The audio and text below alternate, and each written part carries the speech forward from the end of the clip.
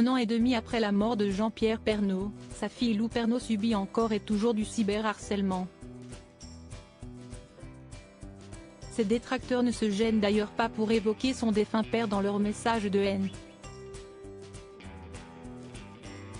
Cette fois, la jeune femme décide de ne pas se laisser faire et d'envoyer un message fort. Déjà 1 an et demi que Jean-Pierre Pernaut est mort. L'ancien présentateur du journal télévisé de 13h sur TF1 s'en est allé le 2 mars 2022, laissant derrière lui de nombreux fidèles téléspectateurs mais aussi son épouse Nathalie Marquet ainsi que leurs 2 enfants Lou, 20 ans, et Tom, 19 ans. Sur les réseaux sociaux, la jeune fille est d'ailleurs souvent attaquée par les internautes. Mardi 31 octobre 2023, à l'occasion d'Halloween, elle a décidé d'envoyer un message fort quant au harcèlement qu'elle subit. En story sur Instagram ainsi que sur TikTok, Lou Pernaut révèle être invitée à la fête macabre organisée par l'ancien blogueur Jérém Star.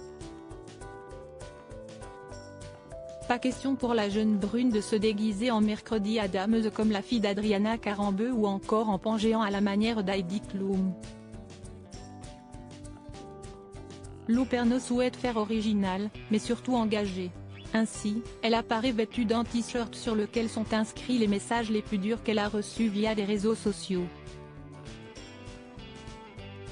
Ton père doit se retourner dans sa tombe, pour y gâter, toujours négligé, rhabille-toi, tu aurais dû crever à la place de ton père, peut-on ainsi lire, entre autres.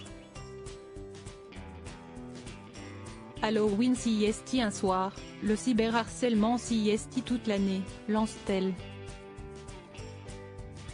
Des mots ultra-violents que Lou Pernaut assure recevoir au quotidien. Lou Pernaut victime de harcèlement après la mort de son père en les rendant publics, elle espère lutter à sa manière contre ce phénomène de persécution en ligne. Car, rappelons-le, depuis la mort de son cher père, elle n'en finit plus de recevoir des critiques de la part d'inconnus. Lors des obsèques de Jean-Pierre Pernaut, elle avait été photographiée le sourire aux lèvres. Une scène qui avait suscité de vives attaques auxquelles elle n'avait pas manqué de répondre. Ce genre de commentaires, je ne cautionne pas. Ce n'est pas parce que je ne montre pas que je vais mal que je ne vais pas mal. Et ce n'est pas parce que je montre que je souris que je ne suis pas triste, avait-elle ainsi déclaré. Une mise au point nécessaire pour celle qui pleure encore la mort de son père.